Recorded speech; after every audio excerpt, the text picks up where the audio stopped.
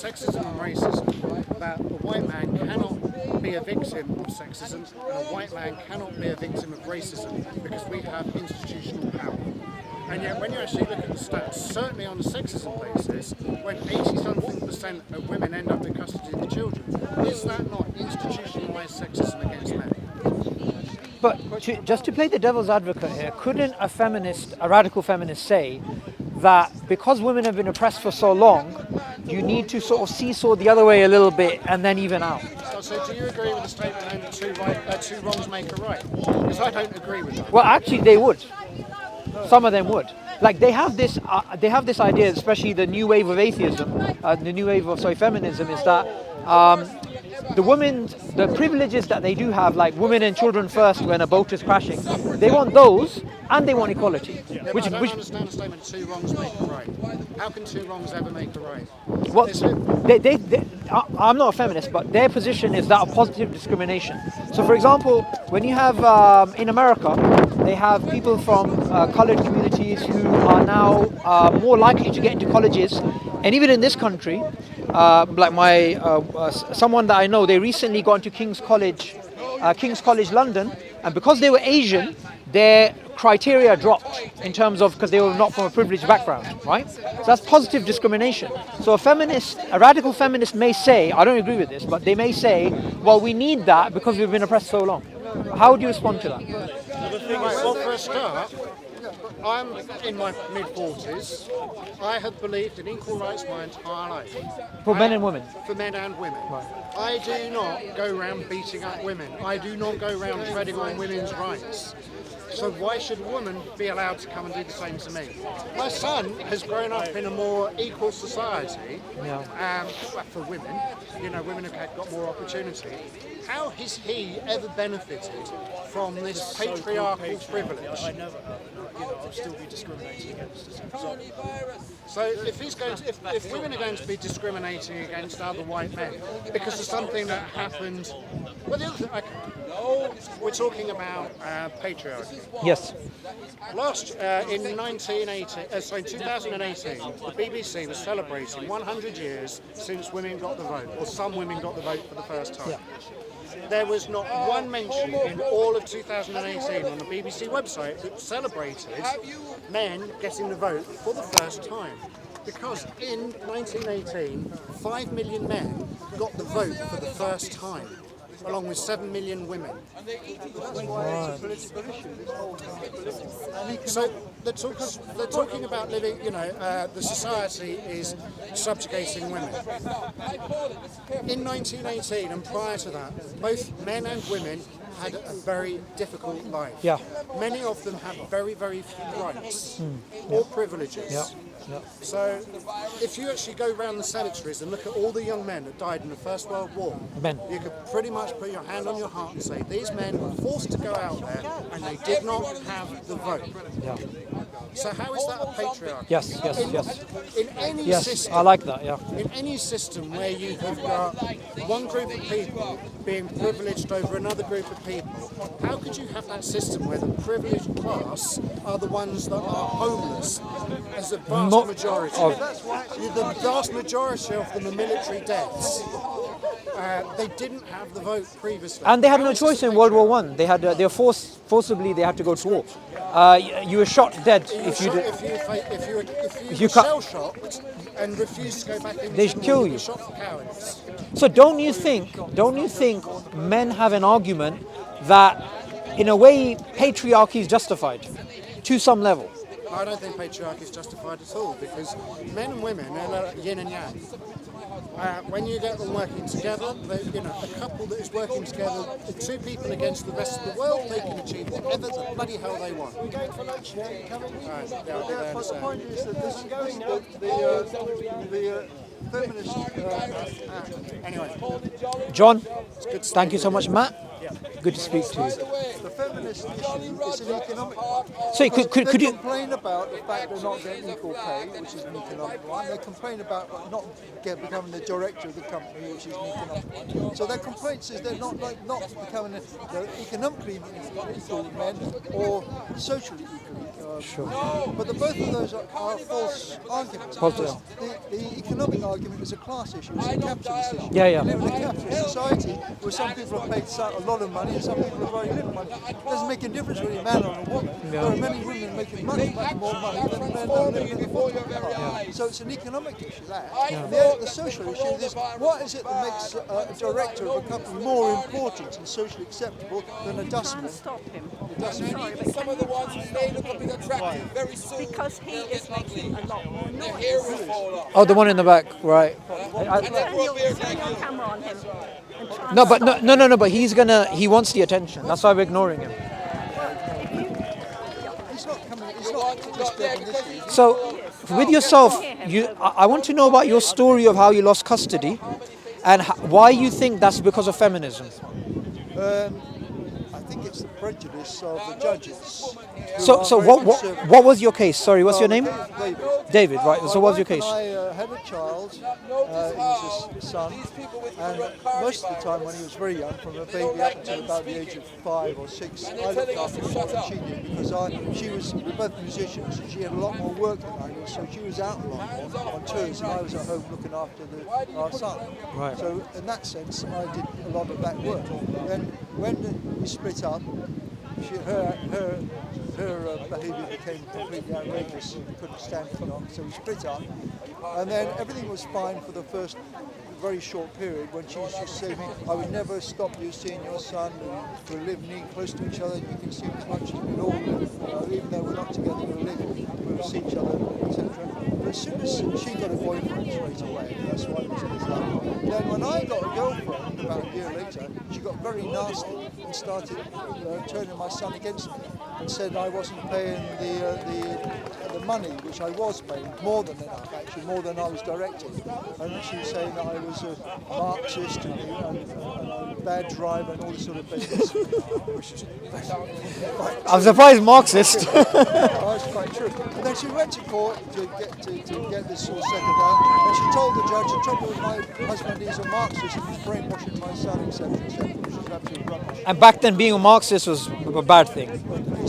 Anyhow, so that was that, and then she started saying all the terrible things, and then I was supposed to see him every weekend, and I went to go to see him, and then they pretended they weren't in, or he would come out for just 2 hours and then say, my mum says I've got to go back by 2 o'clock and I mustn't stay out, and he got very distraught, so I had to take him back, and bit by bit, then they were never in. I remember driving down from Sheffield while I was working just to see him for the weekend, and they were in the house but they wouldn't answer the door, they pretended they were out, and that sort of thing, and eventually, bit by bit, I never got to see him at all,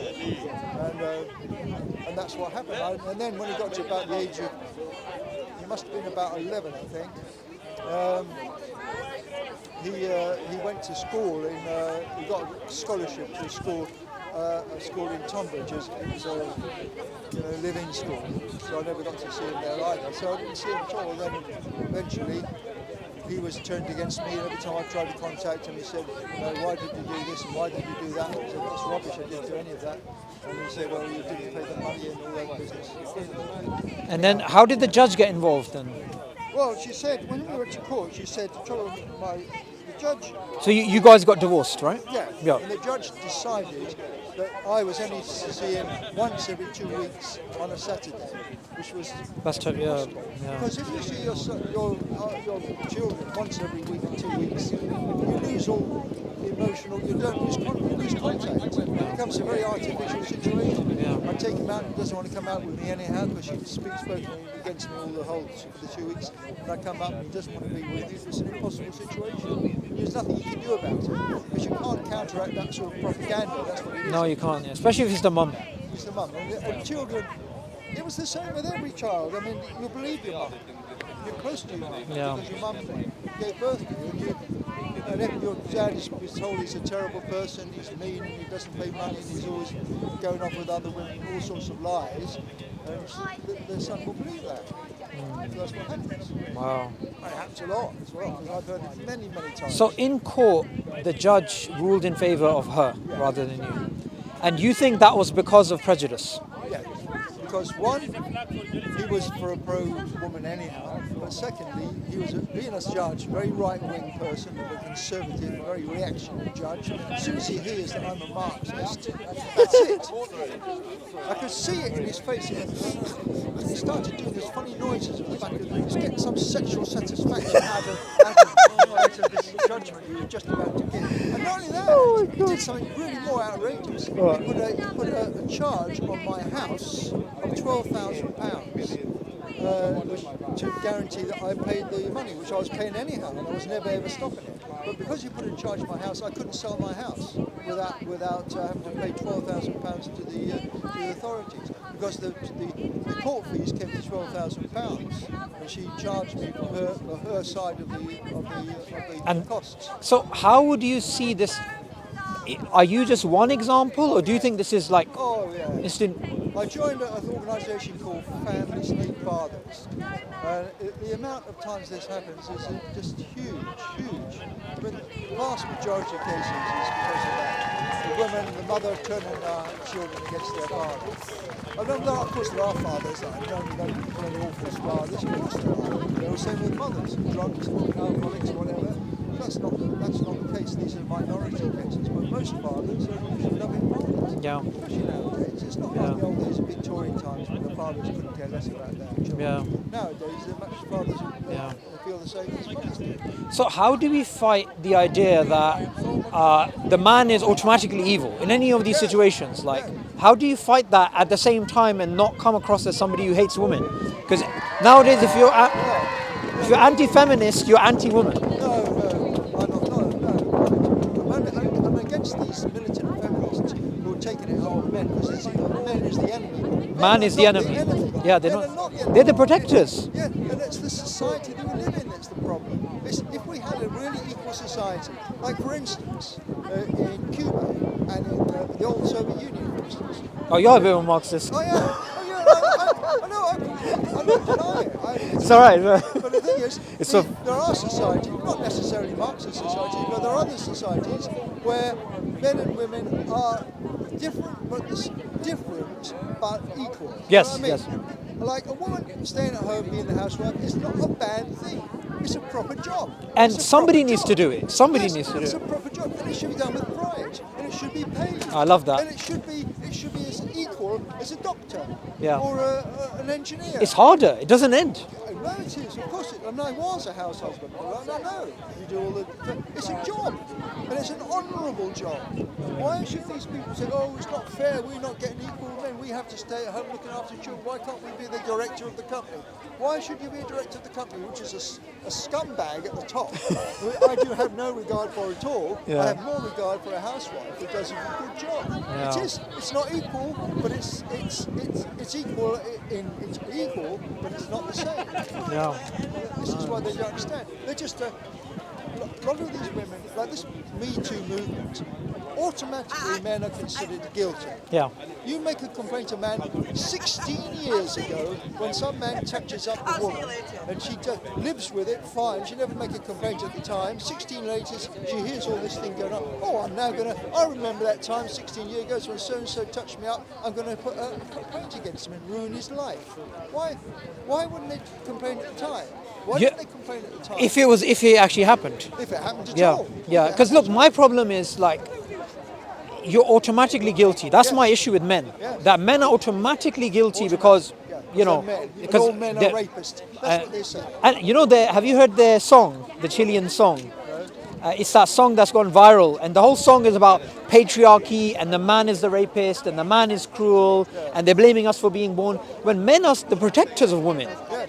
We're not all evil. They are scumbags, but it's not. The other thing is that women don't compare. If a very famous, handsome film star like George Clooney came up, touched up an ordinary girl, would she complain? No, she wouldn't. She'd be, I'm touched up by George Clooney. That's marvellous, isn't it? She can boast about it to all her friends. But If it's some ugly person like Harvey Weinstein, who happens to be quite ugly, she'll come and say, "How I was terrible." No, but there, David, something did happen. So I would agree with them. Yes, I would but, agree but with them. many years ago, and I'm talking about because I'm in my 70s now, many years ago, women would just slap a man. If a woman didn't like what a man was doing, she'd say, "Fuck off," or slap him around the face. And she would stand up for herself. She's a strong woman. That's what they worship, is strong women. Now women are like, "Oh no, he didn't do that." Well, fight for yourself. Men are also attacked by other men. Yeah, men are attacked by women. Yes, I mean, That I've happens been a touched lot. up by homosexuals and I didn't want the attention. And I've been touched up by women. And I thought, oh, that's fine. I remember being touched on the arse by some woman in Blackpool. I thought, oh, and I just turned around and gave her, it just doesn't worry me. But you've got to have the right attitude. Wow. If the woman had the right attitude, she'd say, oh, well, I'm not defending men who are aggressively sexual or rapists or nasty. But a lot of men are just flirting with women. No, but don't you think there needs to be a separation between men and women so these things don't happen? I don't think that, no. I think Because a lot more accusations that happen because there's so much intermingling. Yeah, but there should be healthy intermingling without it being. No, without yeah. a problem. So why I don't mean is like for example, I went to recently a university, right? Yeah. And in one of the universities, there's a unisex toilet, and I thought that was ridiculous, Yeah. right? Yeah, but that's because you think personally that's what you think. I couldn't care less. I couldn't care less. I've been in France. In France, it's quite normal. In France, you go to a public toilet and it's unisex. And I don't see why women should have to queue up for a cubicle when there's a great long line. No, but say a man like me. All right, if other people look, if there was a unisex, a male and a female, then I could go to the male Well, one. that's fair enough. That's fair enough. They should give people choices. Yes, exactly. I mean, if I was desperate, and I have been before now, and there's no one around, and someone in the men's toilet and the women, I would go in the women's one. It wouldn't worry me. It's the toilet. I mean, when they sit down toilets, you've just got two. But don't you think that's a really private place, though? It is, but the thing is that if there's not in there with someone, you're not on there on your own. I mean, it's not as if a man and a woman go into the toilet on their own. But now, don't you think with all the harassment and all these things going on, don't you think we need some safeguarding principles within law to protect these sort of situations? Like, But all people should be protected from everyone. so your issue seems to be that there's a extra emphasis on women's rights than men's rights. Yes, you see, look, as you probably know, there are homosexual rapes going on. Yeah. No one talks about that. No one talks about that. And it's a terrible thing. And young boys and young men are being raped by homosexuals. And it's just hell out of the way. And if it happens to a woman, it's a big news. There are women that propose, make sexual propositions to men. It's quite normal, quite okay. Nothing said about that. There's just that if you have a law, if you have a rule for one. But don't you think, David, these are really extreme cases? Yes, they are. But So shouldn't we just ignore them and just focus on, Well, yeah, but they're like, not- your case is not an extreme case of a child being taken away. I think these are a bit, like, those are rare, but with, I'm more passionate about the parent thing, because I'm a parent myself. Yeah. So the whole idea of going to court and then you're automatically wrong because you're a man, that's like a lot more common, Oh yeah, that's absolutely. I would say probably that's true. 80% of the cases, that's what happens. It's only if it can be proved that the woman, the mother, is a irresponsible drunk. She's a drunkard some or sort of drugs and. drugs or whatever. Then you get the thing. But normally, all things being equal, the woman always gets the child, always. And that's what's wrong. So And how? the reason is because the judges, on the whole, the judges are fairly conservative. They're either extremely conservative or they're conservative in a sort of still a bit not liberal conservative, if you like. And they all make that decision. It's a society saying, oh, women should be bringing up children, men should be able to work and that sort of stuff, which is not quite true. Because But what actually ends up happening is the woman, she takes the child, she can't survive on her own, No. so then she goes and works and the child is neglected. And then it's all, she has to buy single mothers are going through hell, Of course it's true. And they can't afford to get someone in to help the children. They can become quite a lot of them become prostitutes. And they have to do that to make money. Not too long ago, I saw, well, it's quite a few number of years ago, I saw a woman in a mobile phone shop. She went to go sell her phone so she could go buy some nappies. Yeah. That's Because she terrible. just ran out of money. But this is unique.